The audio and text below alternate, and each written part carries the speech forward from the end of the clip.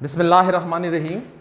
मेरा नाम मोहम्मद उस्मान खटक है और मैं पिछले 12 साल से एजुकेशन सेक्टर से वाबस्ता हूँ।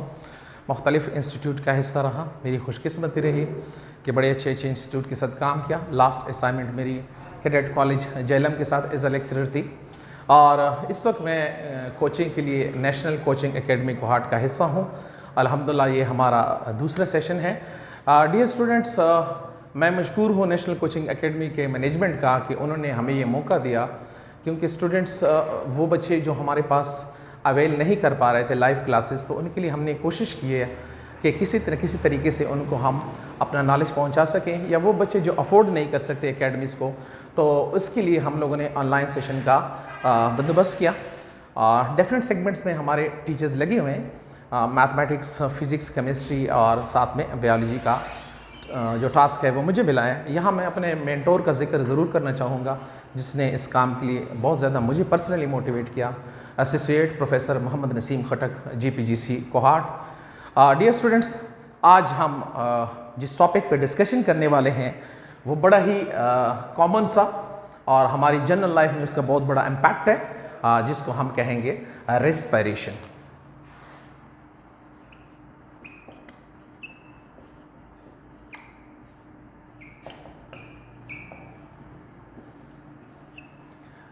डियर स्टूडेंट, जैसा कि आप जानते हैं कि जितने भी लिविंग ऑर्गेनिज्म हमारे पास सरवाइव करते हैं ग्लोब में, तो वो अपनी सर्वाइवल के लिए, अपनी न्यूट्रिशन के लिए, अपनी लोकोमोशन के लिए, अपनी रिप्रोडक्शन के लिए, अपनी तमाम तर एक्टिविटीज़ परफॉर्म करने के लिए उनको एनर्जी की ज़रूरत होती है।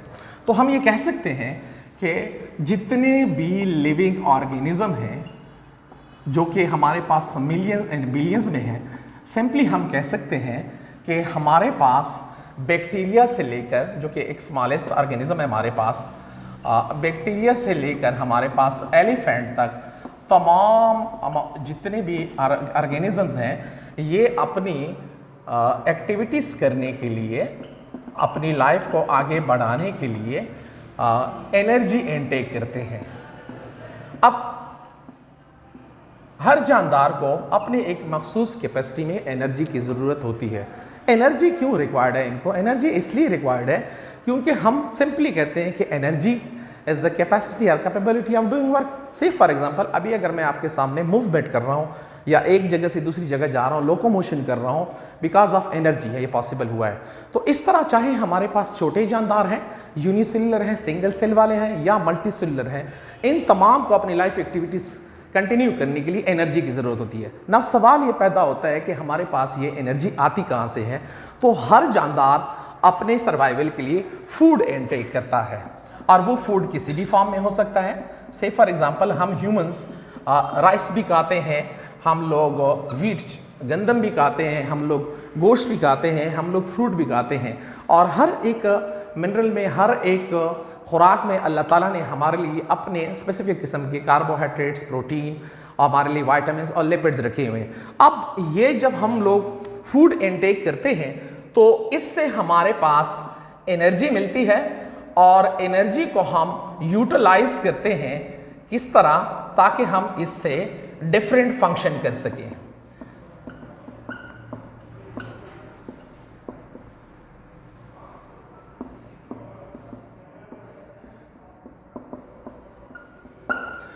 अब हम कोर्स सब्जेक्ट की तरफ आ जाते हैं, जो हमारा आज का टॉपिक है, जिस पे हम बात कर रहे हैं कि रेस्पिरेशन।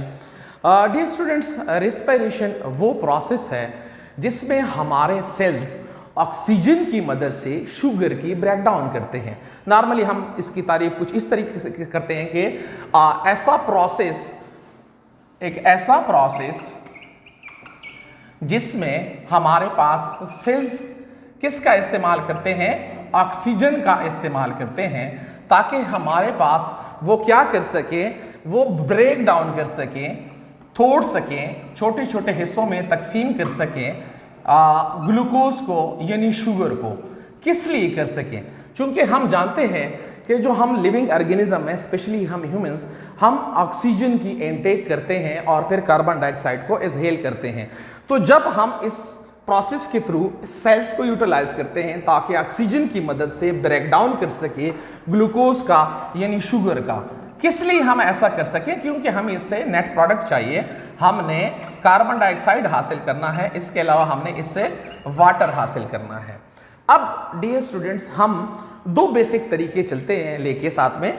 एक हम कहते हैं कि हमारे पास जो रेस्पिरेशन है वो हमारे पास कैरी ऑन होता है बाय टू वेज बेसिकली। एक को हम सिंपली कहते हैं कि हमारे पास ब्रीदिंग मैकेनिज्म है, breathing mechanism. Now breathing mechanism से हमारी सिंपली मुराद ये है कि हम लोग जैसे कि ऑक्सीजन को इनटेक करते हैं और साथ में कार्बन डाइऑक्साइड को एक्सहेल करते हैं, आउटटेक करते हैं, इसको अपने जिस्म से निकालते हैं। अब अगर रेस्पिरेशन की इस प्रॉपर्टी को हम देखें तो बड़ा सिंपली हम कह सकते हैं कि ये हमारे पास एक फिजिकल प्रोसेस है। अब डियर स्टूडेंट्स, अगर इसी को हम फर्दर मोर प्रोसीड करें तो हम कहते हैं कि दूसरा जो हम रेस्पिरेशन कैरी ऑन करते हैं वो हमारे पास सिंपली हम उसको कहते हैं कि ये हमारे पास सेलुलर रेस्पिरेशन है। अब सेलुलर रेस्पिरेशन में हम सिंपली कहते हैं कि ऐसा प्रोसेस जिसमें हम लोग by the help of two way process, जिसको हम कहते हैं कि एनएरोबिक रेस्पिरेशन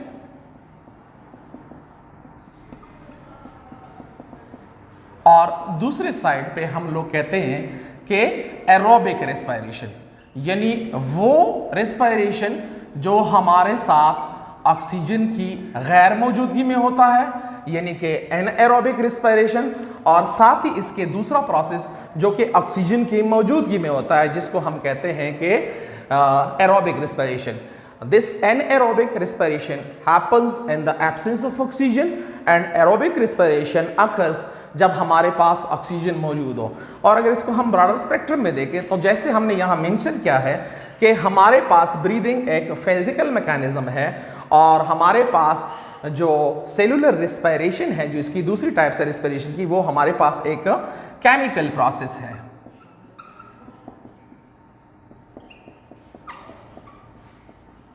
अब आप ये भी जानते हैं कि फिजिकल रेस्पिरेशन जो है या फिजिकल प्रोसेस जो है ये हमारे पास रिवर्सिबल हो सकता है और केमिकल प्रोसेस जो है वो हमारे पास रिवर्सिबल नहीं है।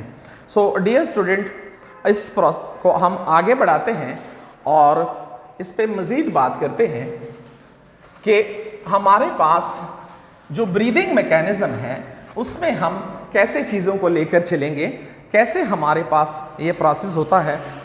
बड़ी सिंपली हम इस पे बात करते हैं कि जो हमारे पास ब्रीदिंग का प्रोसेस है इसको हम उर्दू में कहते हैं सांस लेना। तो एक ऐसा प्रोसेस जिसमें हम ऑक्सीजन को अपने जिस्म के अंदर लेके आते हैं और कार्बन डाइऑक्साइड को बाहर निकालते हैं, इसको हम कहते हैं कि ये हमारे पास ब्रीदिंग सिस्टम है। नाउ जिसमें हम the intake of oxygen into the body, इसको हम कहते हैं कि ये हमारे पास इनहेलेशन कहलाता है। ऑक्सीजन को जिस्म के अंदर लाना, इसको हम इनहेलेशन कहते हैं। और इसी के रिवर्स में the outtake of carbon dioxide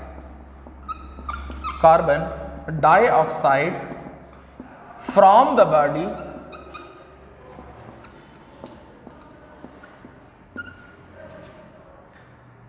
is called exhalation.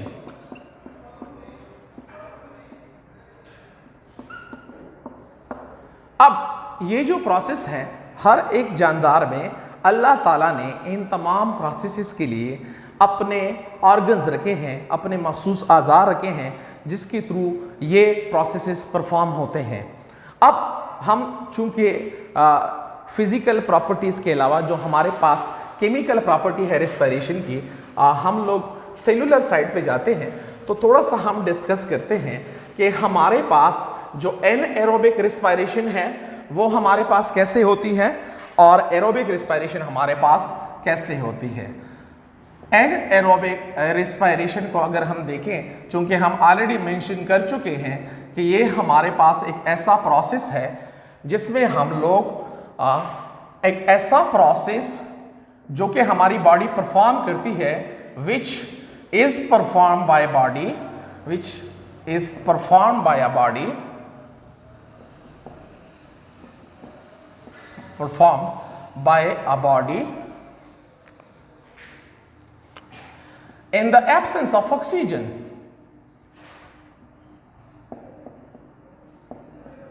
And the absence of oxygen, यानी एक ऐसा प्रोसेस जिसमें हमारी बॉडी को ऑक्सीजन की ज़रूरत नहीं पड़ती, बगैर ऑक्सीजन के हम इसको कैरी ऑन करते हैं। से फॉर एग्जांपल जब ह्यूमन एक्सरसाइज करते हैं या साइकिलिंग करते हैं या दौड़ते हैं, तो उस वक्त उनका सांस उस तरीके से नहीं चल रहा होता जैसे हमारे पास रूटीन में चलता है। तो उस वक्त हमारे जो बॉडी है, उसके जो मसल्स हैं, उस वक्त वो हमारे पास एनएरोबिक रिस्पायरेशन कर रहा होता है, ऑक्सीजन के बगैर वो इसको यूटिलाइज करता है।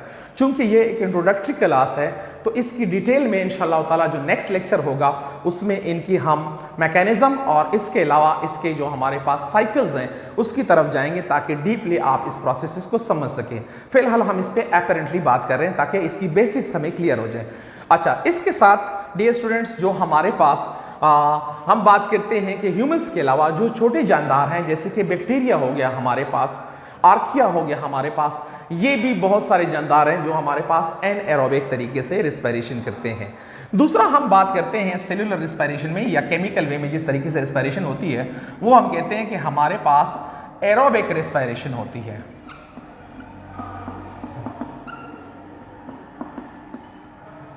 अब नाम से ही जाहिर है, बड़ी सिंपल तरीके से हम इसको एक्सप्लेन करते हैं और इस तरीके से करते हैं कि एक ऐसा process which is performed on the basis which is performed in the presence of oxygen, pardon please, in the presence of oxygen, एक ऐसा प्रोसेस जो हमारे पास ऑक्सीजन की मौजूदगी में होता है। से फॉर एग्जांपल आपके सामने मैं एक एग्जांपल करा हूँ, I am taking a long breath, तो मैं ऑक्सीजन को इनहेल कर रहा हूँ और सेम इसी तरीके से मैं कार्बन डाइऑक्साइड को बाहर निकाल रहा हूँ। तो जब हम ऑक्सीजन की इनटेक करते हैं from the environment to the body, तो हम कहते हैं कि हमारे पास ये एक एरोबिक रिस्पायरेशन है।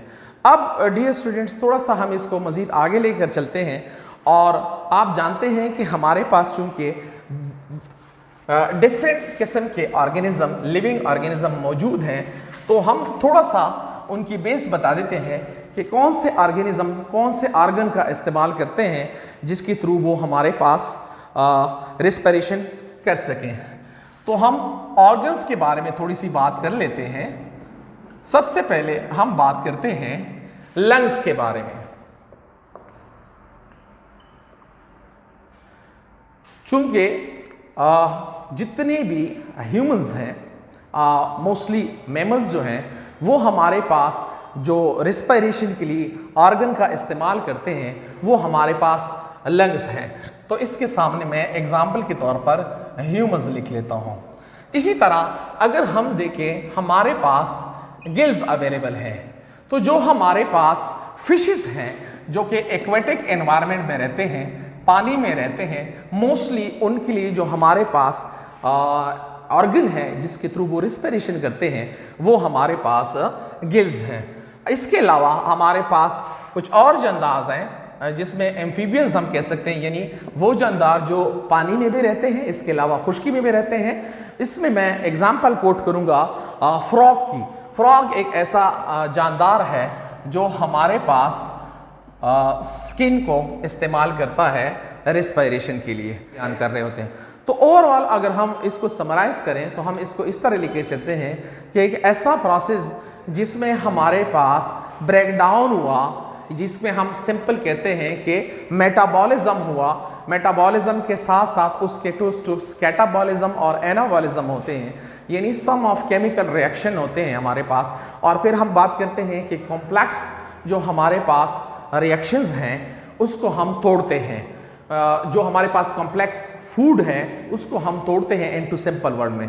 बड़ी बड़ी चीज़ें, फॉर एग्जांपल अगर मैं फूड इनटेक कर रहा हूँ तो जब मैं फूड इनटेक करूँगा तो उसके बाद वो नवाला जो मैं ले रहा हूँ ये कॉम्प्लेक्स फॉर्म में है, लार्जर फॉर्म में है, तो मेरी ऑरल कैविटी से लेकर जब तक मेरी ये लार्ज इंटेस्टाइन तक जाता है, ऑसोफेगस से होता हुआ, स्टमक से होता हुआ, स्मॉल इंटेस्टाइन से होता हुआ, ये सारा एक प्रोसेस हमारा एक कैटाबॉलिज्म के थ्रू इसको आगे जाना होता है। सो आज डियर स्टूडेंट्स हमने बहुत बेसिक चीज़ पे बात की जो कि हमारे पास रेस्पिरेशन है, और ये बहुत कॉमन है तमाम जानदारों के अंदर। इस प्रोसेस को वो लेकर चलते हैं क्योंकि हम जानदारों के बारे में बेसिकली बात करते हैं उनकी तमाम क्वालिटीज़ को छोड़ के।